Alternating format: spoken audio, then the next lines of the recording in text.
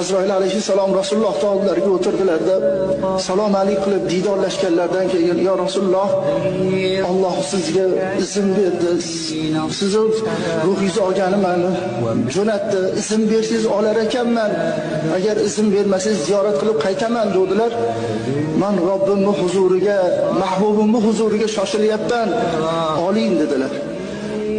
Azroil alayhissalom bosh mabdag'dan, tovondan, tizzadan kindikka jon kelganda, "Ya Azroil, o'lim ham shunaqa bo'ladimi?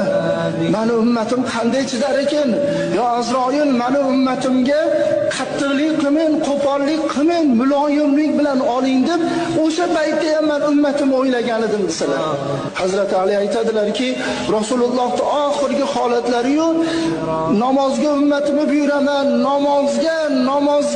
namozga dedilar-u, birinchi bo'lib qiyomatda so'raladigan narsa namoz.